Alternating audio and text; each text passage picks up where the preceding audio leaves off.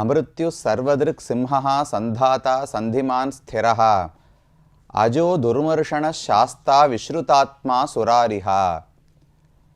ஸ்ரீ விஷ்ணு சஹஸ்ரநாமத்தில் பீஷ்மாச்சாரியர் நரசிம்ஹாவதாரத்தை வர்ணிக்கும் போது இந்த திருநாமங்களை தொகுத்து வழங்குகிறார். அதில் ஒரு அழகான திருநாமம் அஜஹா என்று நரசிம்ம பெருமானுக்கு நாமத்தை சூட்டுகிறார். அஜன் என்றால் பிறப்பு இல்லாதவர் என்று பொருள். அது எப்படி நரசிம்ம பெருமானுக்கு பிறப்பு கிடையாது என்று சொல்ல முடியும்? அவர் பிறந்த இடம்தானே அகோபிலம் என்று கொண்டாடப்படுகிறது. அதை தரிசிப்பதற்குத்தானே நாமும் வந்திருக்கிறோம். பகவானை தூணை பிளந்து கொண்டுதானே அவதரித்தார். அப்போது பிறக்கவில்லை என்று எப்படி சொல்லலாம் என்று கேள்வி வரும். அதற்கு பெரியோர்கள் வர்ணனை செய்யும் பொழுது பிறக்கவே இல்லை என்று பொருள் கிடையாது.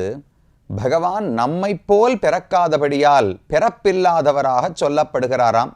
நாம் அனைவரும் ஒரு தாயினுடைய வயிற்றிலிருந்து பிறக்கிறோம். ஆனால் நரசிம்மனோ தூணிலிருந்து அல்லவா பிறந்தார். அதை போல அதற்கு முன்னும் யாரும் பிறந்தது கிடையாது.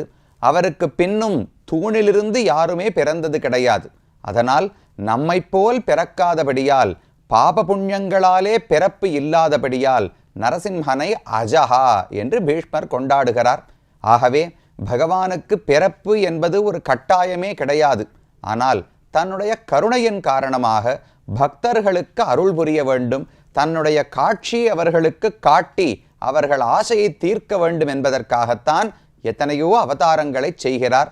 அதில் பிரஹ்லாதன் என்கிற ஒரு சிறு குழந்தைக்காக பகவான் பாதி சிங்க உருவாகவும் பாதி மனித உருவமாகவும் நரம் கலந்த சிங்கமாக நரசிம்ம பெருமானாக அவதரித்த இடம்தான் அகோபிலம், காருட சைலம், தார்க்ஷ்யாத்ரி என்று சொல்லப்படுகிற இந்த அழகான திவ்யதேசம். அதில் 9 நரசிம்மர்கள் இருக்கிறார்கள் என்று கீழேயே பார்த்தோம். அதில் முதல் நரசிம்மர் ஜுவாலா நரசிம்மர் என்பவரை கடந்த பகுதிகளிலே தரிசித்தோம். அந்த ஒரு கோயிலுக்குள்ளேயே பல வடிவங்களிலே நரசிம்மர் இருக்கிறார். ஆனால் ஒன்றாகத்தான் கணக்கு. ஜுவாலா நரசிம்மர் தான் அந்த கோவில் நரசிம்மருக்கு பெயர். அவருக்கு பக்கத்தில் ஒரு விஷ்ணுவும் அவருக்கு அருகிலே தூணை பிளக்கும் நரசிம்மரும் ஹிரண்யனை துரத்தி பிடிக்கும் நரசிம்மருமாக இருக்கிறார்கள். அந்த ஜுவாலா நரசிம்மரை தரிசித்து கொண்டோம். அவருக்கு ஒரு அழகான மங்கள ஸ்லோகம் இங்கு வழங்கப்படுகிறது. ஹிரண்ய ஸ்தம்ப சம்பூதி பிரக்யாத பரமாத்மனே பிரஹ்லாதார்த்தி முகே ஜுவாலா நரசிம்ஹாய மங்களம். நரசிம்ம பெருமானுக்கு பல்லாண்டு பாட வேண்டுமே, அவர் நீடூழி வாழ வேண்டும். எத்தனை பக்தர்களுக்கு இதை போல் துன்பம் ஏற்பட்டாலும் நரசிம்மந்தானே ஓடி வந்து ரட்சிக்க வேண்டும். அப்ப அவர் என்றும் ஜெயிக்க வேண்டும், பல்லாண்டு வாழ வேண்டும். அவருக்கு பெருமையே என்ன? ஹிரண்ய ஸ்தம்ப சம்பூதி பிரக்யாத. பகவானுக்கு எத்தனையோ விதமான புகழ் உண்டு. மிகவும் கருணை உடையவர், மேன்மை உடையவர், அனைவரையும் இயக்கக்கூடியவர். இதை போல புகழ் முன்னால் இருந்ததாம். ஆனா இப்ப என்ன சிறப்பென்றால் தூணிலிருந்து பிறந்தவர். இதுக்கு முன்னாடி அந்த பெருமை பகவானுக்கே கிடையாது. புதுசா ஒரு பெருமையை தான் அடைந்து அதன் மூலம் உலகம் அனைத்தும் புகழும்படிக்கு ஆனாராம். ஹிரண்ய ஸ்தம்ப சம்பூதி பிரக்யாத பரமாத்மனே. தூணில் பிறந்த புகழை உடைய பரமாத்மா, சாக்ஷாத் வைகுண்ட சிம்ஹம், வைகுந்தத்தில் இருக்கிற பகவானே சிங்கமாக வந்து அவதரித்தார். அந்த ஜுவாலா நரசிம்மரை நான் வணங்குகிறேன், அவருக்கு மங்களம் என்று ஜுவாலா நரசிம்மரை தரிசித்து கொண்டோம். அதற்கு அடுத்ததான நரசிம்ம பெருமானைத்தான் இந்த பகுதியிலே தரிசிக்கப் போகிறோம். அவருக்கு மாலோல நரசிம்மர் என்று திருநாமம். ஜுவாலா நரசிம்மருக்கு மலை மேலே ஏறி சென்றோம் அல்லவா, கீழே தெரிவித்திருந்தேன். 2 பாதைகளாகத்தான் இந்த 9 நரசிம்மர்களை சேவிக்க வேண்டும். கீழ் அகோபிலத்துக்கு அருகிலே 4 பேர் இருக்கிறார்கள். மேல் அகோபிலத்திலிருந்து மேலே சில நரசிம்மர்கள் 5 பேர் இருக்கிறார்கள். அகோபில நரசிம்மர், வராக நரசிம்மர், மாலோல நரசிம்மர், ஜுவாலா நரசிம்மர், காராஞ்ச நரசிம்மர். இந்த 5 பேரும் ஒரு பாதை. இவர்களை ஒன்னா நாம சேர்த்து சேவித்து விடலாம். மற்ற 4 பேரையும் வேறு ஒரு பாதையில் தரிசிக்க வேண்டும். அதிலும் நாம் கீழிருந்து மேலே சேவிக்கவில்லை. முதலில் மலை உச்சியில் இருக்கக்கூடிய ஜுவாலா நரசிம்மரை தரிசித்து கொண்டோம். அங்கிருந்து கீழே இறங்கி வந்தோம் என்றால் சற்று படிக்கட்டுகளை எல்லாம் தாண்டி இறங்கி வரணும். ரொம்ப ஜாக்கிரதையாகத்தான் வரணும். கற்களால் ஆக்கப்பட்ட படிகள் தான். அதில் இறங்கி கீழே வந்தோம்னால் ஒரு அழகான சோலைகள் சூழப்பட்ட ஒரு கோவில் இருக்கிறது. அங்குதான் மாலோலன் என்கிற பெயரோடு நரசிம்ம பெருமான் இருக்கிறார். அவரை தான் இரண்டாவதாக இந்த வரிசையில் ஏறி வர வரிசையில் வேற வரும். நாம் தரிசிக்கும் வரிசையில் இரண்டாவதாக மாலோல நரசிம்மர் என்பவரை தரிசிப்பதற்காக வந்திருக்கிறோம். என்ன பொருள்? மாலோலன், நரசிம்மனுக்கு இது பிரசித்தமான பெயர். மாலோலன், மாலோலன் என்றால் என்ன பொருள்னு பார்க்க வேண்டாமா? மா என்கிற சொல் பெரிய பிராட்டியார் ஸ்ரீ மகாலட்சுமி தாயாரை குறிக்குமாம். லோலஹா, லோலன் என்றால் ஒரு விஷயத்தில் மிக அதிகமான ஈடுபாடு உடையவன் என்று பொருள்படுகிறது. சம்ஸ்கிருதத்தில் லோலன் என்றால் அதிகமான ஆசை உடையவர் என்று பொருள். அப்ப மாலோலன் அப்படின்னா என்ன அர்த்தம்? பெரிய பிராட்டியார் மகாலட்சுமி தாயார் ஸ்ரீதேவி நாச்சியார் இடத்திலே மிகுந்த ஆசை உடையவர். லோலன்னு சொன்னால் இன்னும் ஒரு படி போய் பார்க்கலாமா? ஒரு விஷயத்தை பார்த்த உடனே நமக்கு ஒரு பதட்டம் ஏற்படுறதோ இல்லையோ, ரொம்ப உயர்ந்த விஷயமாக இருக்கிறது, அது நமக்கு ரொம்ப பிடித்தது என்றால், ஒருத்தர் நமக்கு வேண்டியவர் திடீரென்று நம்முடைய இல்லத்துக்கு வந்தார் என்றால் கைகால் புரியலைன்னு சொல்றோமோ இல்லையோ, தலகால் புரியலை, கைகால் ஓடலை அப்படின்னு சொல்றோமோ இல்லையோ, அது ஏன்? ஒரு பதட்டத்தின் காரணமாக, ரெஸ்ட்லெஸ் அப்படின்னு சொல்றோமோ இல்லையோ. ஒரு விஷயத்தை ஆசைப்பட்ட விஷயம் கிடைக்க போகும்போது ஒரு பதட்டம், ரெஸ்ட்லெஸ்னஸ் இருக்குமோ இல்லையோ, அதற்கும் லோலன் என்கிற சொல்லுக்கு பொருளாக அதுவும் கொள்ள சொல்லப்படுகிறது. அப்ப பகவான் பிராட்டியிடத்திலே மிகுந்த ஆசை உடையவர். பிராட்டியை நினைத்தாலே பகவானுக்கு பதட்டம் ஏற்பட்டு விடுகிறது. அவளுடைய அருள் நமக்கு கிடைக்க வேண்டும். பிராட்டியினுடைய ஒரு சிரிப்பு ஏற்படுமாறு பகவான் காத்து கொண்டிருந்து பார்ப்பாராம். அப்படி பிராட்டியினிடத்திலே ஆசை உடையவர்தான் மாலோலன் என்று அழைக்கப்படுகிறார். திருவுக்கு, அதாவது பெரிய பிராட்டியாரை தனக்கு மனைவியாக உடையவனான ஸ்ரீமன் நாராயணன் மாலோலன் என்று அழைக்கப்படுகிறார். அந்த சேர்க்கை, பிராட்டிக்கும் நரசிம்ம பெருமானுக்குமான சேர்க்கை தோற்றத்தான் இந்த கோவிலிலே தரிசனம் கொடுக்கிறார். இந்த கோவிலில் 2 மூலமூர்த்திகள். இந்த நவ நரசிம்மர்களை சேவிக்க போகும்போது சில இடங்களில் ஒரு மூலவர் இருப்பார், சில இடங்களில் 2 மூலவர்கள். ஒரு மூலவர் மிக பழமையாக ஸ்வயம்புவாகவும் இருக்கலாம், சில இடங்களில் மிக பழமையான விக்கிரகமாக இருப்பார், மற்றொரு விக்கிரகமும் அண்மையில் பிரதிஷ்டை செய்யப்பட்டிருக்கும். இப்படி 2 மூலவர்களை சேவிக்கக்கூடிய திருத்தலங்களும் உண்டு. நவக்ஷேத்திரங்களுக்குள்ள சில நரசிம்மர்கள் உண்டு. அதை போலத்தான் இந்த மாலோல நரசிம்மர். பின்னாடி சுவற்றிலே மேலே ஒரு நரசிம்மர் எழுந்தருளி இருக்கிறார், அவருக்கு கீழே மற்றொரு நரசிம்மர் மூலமூர்த்தி எழுந்தருளி இருக்கிறார். 2 பேருக்கும் ஒரே வடிவம்தான். ஆச்சரியமான திருமேனி. அழகாக தன்னுடைய கோபம் அனைத்தும் இறங்கி போய் சிரித்து கொண்டு நரசிம்ம பெருமான் காட்சி அளிக்கிறார். நேர் கான்ட்ராஸ்ட். ஜுவாலா நரசிம்மர் எவ்வளவுக்கு எவ்வளவு கோபம் கொப்பளிக்க பார்த்தோமோ, தீ எரிவது போல அனல் பறிக்க இருந்தாரோ இல்லையோ, அந்த நரசிம்மர் பிராட்டி வந்து அவருடைய இடது மடியிலே அமர்ந்து கொண்டிருக்கிறாள். அவளை ஆலிங்கனம் செய்து கொண்டு தன்னுடைய கோபமெல்லாம் தணிந்து சௌமியமான வடிவத்தோடு இருக்கிறார். பெரியோர்கள், பகவானை நாம் பற்றும் பொழுது பிராட்டியை முன்னிட்டு கொண்டுதான் பற்ற வேண்டும். பிராட்டியை வணங்காமல் பகவானை வணங்கக்கூடாது என்று தெரிவிக்கிறார்கள்.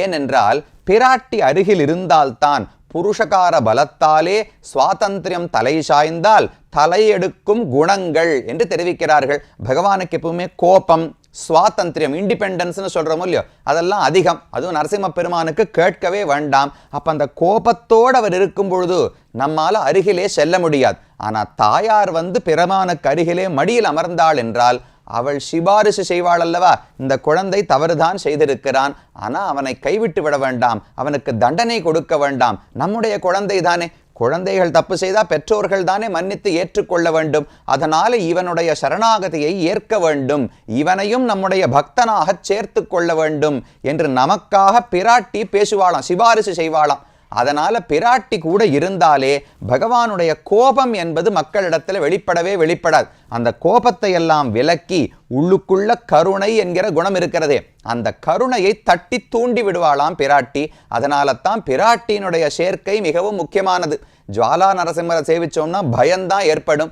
அந்த பயம் நீங்குவதற்குத்தான் அதற்கு கீழே மாலோல நரசிம்மராக பிராட்டியை மடையில் அமர்த்தி வைத்து கொண்டு நரசிம்ம பெருமான் காட்சி அளிக்கிறார். 2 மூலவருக்கும் அதே வடிவம்தான். வலது கையாலே அபயஹஸ்தத்தை வைத்து கொண்டிருக்கிறார். இந்த கையாலத்தான் ஹிரண்ய கசிபுவனுடைய மார்பகத்தை கிழித்து போட்டார். இந்த கை ரத்தம் தோய்ந்த கையைத்தான் பிரகலாதன் தலையிலே வைத்து வருடினார். அதே கையோடு நமக்கு அபயம். பயப்படாதே, இந்த விரல், இந்த கையை பார்த்தாயா, இந்த கை விரல் நுனி போரும், இந்த நகத்தாலேயே யார் எதிரி வந்தாலும் முடித்து விடுவேன், பயப்படாதே, நான் உன்னை ரட்சிக்கிறேன் என்று அபயஹஸ்தம் வைத்துக்கொண்டு இடது கையால மகாலட்சுமி தாயாரை அணைத்து கொண்டிருக்கிறார். மேல் 2 திருக்கைகளாலே சங்க சக்கரங்களை பிடித்து கொண்டிருக்கிறார். அவருடைய தலைக்கு மேல ஆதிசேஷன் இருக்கிறார். இந்த பர்வதம் இருக்கு, இந்த நல்லமலை தொடரே ஆதிசேஷனுடைய உடல் வடிவம்தான் என்று கீழேயே பார்த்தோம். அந்த ஆதிசேஷனே பகவானுக்கு குடை பிடித்து கொண்டு சென்றால் குடையாம், இருந்தால் சிங்காதனமாம், நின்னால் மரவடியாம் என்று ஆழ்வார் பாடுகிறார். பகவான் எந்தெந்த நிலையில் இருக்கிறாரோ அந்தந்த நிலையில் ஏதோ ஒரு கைங்கரியத்தை தவறாமல் ஆதிசேஷன் செய்வாராம். இப்போ ஒரு மலையில உட்கார்ந்து இருக்கார், வெயில் அடிக்கலாம், மழை பெய்யலாம், என்ன வேணாம் இருக்கலாமோ இல்லையோ, இவரை ரட்சிப்பதற்காகவே குடைபிடித்து கொண்டு ஆதிசேஷன் இருக்கிறார். இப்படி மாலோல நரசிம்மர் ரொம்ப அழகான வடிவத்தில் இருக்கிறார். பிராட்டியினிடத்தில் அவ்வளவு ஆசை. பிராட்டி அருகில வந்தாலே இவருடைய கோபமெல்லாம் நீங்கி விடுகிறது. கோபம் நீங்குவதோடு மட்டுமல்ல, அந்த பிராட்டியை எப்படியான இம்ப்ரெஸ் பண்ணணும். இம்ப்ரெஸ் பண்ணுறதுன்னு சொல்கிறோமோ இல்லையோ, நாம் ஏதோ ஒரு காரியம் பண்ணி அது நம்முடைய மனைவிக்கு பிடிச்சு ஒரு சிரிப்பு சிரிச்சானா நமக்கு ஆனந்தமாக இருக்குமோ இல்லையோ, அதை போல எப்படியாவது பிராட்டியை மகிழ்விக்க வேண்டும். தான் பண்ணும் காரியத்தை பார்த்து பிராட்டி ஆனந்தப்பட வேண்டும் என்று பகவானுக்கு ஆசையா. பராசர பட்டர் என்று ஒரு ஆச்சாரியன், அவர் தெரிவிக்கிறார், அனுஷிகினி சிகீவ கிரீடசே ஸ்ரீ சமக்ஷம். பகவான் பெரிய பிராட்டியாருக்கு அருகில விளையாடுவாராம். என்ன விளையாட்டுனால், இந்த உலகங்களை எல்லாம் படைக்கிறாரே அது பகவானுக்கு ஒரு விளையாட்டு. இன்புறும் இவ்விளையாட்டுடையான் வீட்டை பண்ணி விளையாடும் விமலன் என்றெல்லாம் ஆழ்வார்கள் பாடுகிறார்கள். இந்த உலகத்தை படைப்பதே பகவானுக்கு ஒரு விளையாட்டாம். எதற்காக படைக்கிறார் என்றால், ஒரு ஆண் மயில் பெண் மயிலை எப்படியாவது கவர வேண்டும், ஈர்க்க வேண்டும் என்றால் தன்னுடைய தோகையை விரித்து அழகான தோகை சிறகுகளை காட்டி ஆடும் அல்லவா, அந்த ஆட்டத்தில் தோகை அழகில் பெண் மயிலை கவர வேண்டும் என்று பார்க்கும். அதை போல பகவான் இவ்வளவு பெரிய உலகத்தை படைக்கிறாரே எதற்குனால், பிராட்டி தன்னுடைய ஓர கண்ணால பகவானை பார்த்து, நன்னா இருக்கே, இவ்வளவு அழகா படைத்தது நன்றாக இருக்கிறது, உலகத்தை நன்றாக படைத்திருக்கிறீர் அப்படின்னு வாய் திறந்து சொல்ல வேண்டாமா, கண்ணால ஜாட காட்டி, சரி ரொம்ப பெரிய மனுஷர் இருக்கார், நாம ஏதோ ஒரு காரியம் பண்றோம்னு வச்சுக்கோங்களேன், அதை போய் அவரிடத்து இந்த காரியத்தை பண்ணி முடிச்சுட்டேன் அப்படின்னா இப்படி பார்த்துட்டு அப்படின்னு ஒரு தலையாட்டுவார். அவர் ஒரு வார்த்தை சொன்னார்னா பெரிய பாக்கியம்னு அர்த்தம். அப்படி சொல்லலை, தலையை அசைக்கவில்லை என்றால் அப்ப நாம சரியாக செய்யவில்லை என்று பொருள். அந்த பிராட்டியினுடைய தலை அசைவு, பிராட்டியினுடைய கடைக்கண் பார்வைக்காகத்தான் பகவான் இப்பேற்பட்ட சிருஷ்டி தொழிலையே செய்கிறாராம். அப்ப எவ்வளவு லோலன், பிராட்டியினிடத்துல எவ்வளவு ஆசை இருந்தால் அவளுடைய ஒரு அங்கீகாரம், ஒரு கண் பார்வை, உலகமெல்லாம் இவர் கண் பார்வை கிடைக்குமா, எங்கேயான ஒரு அருள் கிடைக்குமான்னு காத்து கொண்டிருக்க பகவான் பிராட்டியினுடைய கண்ணிலே அவ்வளவு ஆட்பட்டு இருப்பாராம். கோலமலர்பாவை கண்பாகிய என் அன்பேயோன்னு நம்மாழ்வார் பாடுகிறார். பகவானுக்கு பிராட்டியினிடத்தில் அளவு கடந்த அன்பு. அதனால் என்ன ஆறுது, அந்த அன்பு அவளிடத்தில் மட்டும் தங்காமல் அவளுடைய குழந்தைகளான நம்மிடத்திலும் ஓடி வருகிறதாம். அப்ப நாம் என்ன பண்ணணும், பிராட்டியினுடைய திருவடிகளில் போய் நின்று கொண்டோம் என்றால் அவள் பேரில் பகவான் அன்பு காட்டும் போது நம் பேரிலும் காட்டி விடுவார். அதுதான் நமக்கும் வேண்டியது. அப்படி மாலோலனாக பகவான் இங்கு இருக்கிறார். இவருக்கு மற்றொரு சிறப்புண்டு. மூலவரை சேவித்துக் கொண்டோம் இல்லையோ, இவருடைய உற்சவர் எங்கேன்னு தோணும். அது ஒரு அழகான கதை. இந்த அகோபில க்ஷேத்திரமே ஸ்ரீமத் அழகியசிங்கர் ஜீயர் சுவாமிகள், ஸ்ரீமத் பரமஹம்சேத்யாதி அகோபில மடம் அழகிய சிங்கர் ஜீயர் சுவாமிகளால் தான் நியமனம் செய்யப்பட்டு வருகிறது. இந்த மலைகளில் நடக்க வேண்டிய எல்லா பூஜைகள், கோவில் உற்சவங்கள் அனைத்தையுமே அந்த ஜீயர் சுவாமி தான் பார்த்து கொண்டு வருகிறார். அவர்களுடைய மூல புருஷர் ஆதிவன் ஷடகோப சுவாமின்னு இருந்தாரோ இல்லையோ, அவர் ஒரு சின்ன வயசு, அவர் பிறந்ததெல்லாம் வேறு இடத்தில் தான், மேலக்கோட்டை கருகில தான் அவர்கள் இருந்தது. கிடாம்பி கேசவாச்சாரிய சுவாமின்னு இருந்தார். அவருடைய திருக்குமாரர் 1378 ஆண்டுதான் ஸ்ரீனிவாசாச்சாரிய சுவாமியின் அவதரித்து அவர் கல்வியெல்லாம் முடித்து 20 வயசு இருக்கும்போது பகவான் நரசிம்மன் அழைக்க இந்த க்ஷேத்திரத்துக்கு வந்தார். இங்கு நரசிம்மன் அவருக்கு காட்சி கொடுத்து அவருக்கு சந்நியாசாசிரமத்தையும் கொடுத்து ஸ்ரீ ஷடகோப யதி என்கிற பெயரையும் கொடுத்து, அதோடு மட்டும் இல்லாமல் தானே ஒரு உற்சவமூர்த்தி வடிவத்தில் அந்த சுவாமியினுடைய ஜீயர் சுவாமியினுடைய கையிலேயே வந்து தோன்றினார். அவருக்கு தான் மாலோலன்னு பெயர். இப்ப மூலவரை தரிசிக்கிறோமே, இந்த மூலவருடைய உற்சவர் இங்கே கிடையாது. ஸ்ரீமத் அழகியசிங்கர் எங்கெல்லாம் பாரதம் முழுக்க சஞ்சாரத்துக்கு செல்லுகிறாரோ அங்கெல்லாம் இந்த பெருமாள் உற்சவ மூர்த்தியை எடுத்துக்கொண்டு சென்று ஆங்காங்கு ஆராதனம் செய்து அந்த பக்தர்களுக்கு பகவான் அருள் புரிவதற்காக எழுந்தருள பண்ணி கொண்டு போகிறார். அப்ப இந்த கோவில் மாலோல நரசிம்மர் மூலவருடைய உற்சவர் தான் அகோபல மட்டத்திலே ஆராதனத்துக்கு இருக்கக்கூடிய பெருமாள். நீங்கள் அனைவரும் தரிசித்திருப்பீர்கள். அப்படி பெருமை, ஒரு பக்தனுக்கு அவ்வளவு பெரிய அந்தஸ்து அந்தஸ்து பாக்கியத்தை கொடுத்து உரிமையை கொடுத்து அந்த மதிப்பை பகவான் கொடுத்தார். அதெல்லாம் இந்த மாலோல நரசிம்மனுக்கு இருக்கக்கூடிய சிறப்பு. வாரிஜா வாரிஜ பயைஹி வாணிபதி முகேஸ்வரைஹி மகிதாய மகோதார மாலோலாயாஸ்து மங்களம். எல்லா தேவர்கள் அனைவரும் வந்து ஸ்தோத்திரம் பண்ணக்கூடியவராக மாலோல நரசிம்மன் இருக்கிறார். அவருக்கு மங்களங்கள் அனைத்தும் ஏற்படட்டும் என்று பிரார்த்தித்துக் கொள்வோம்.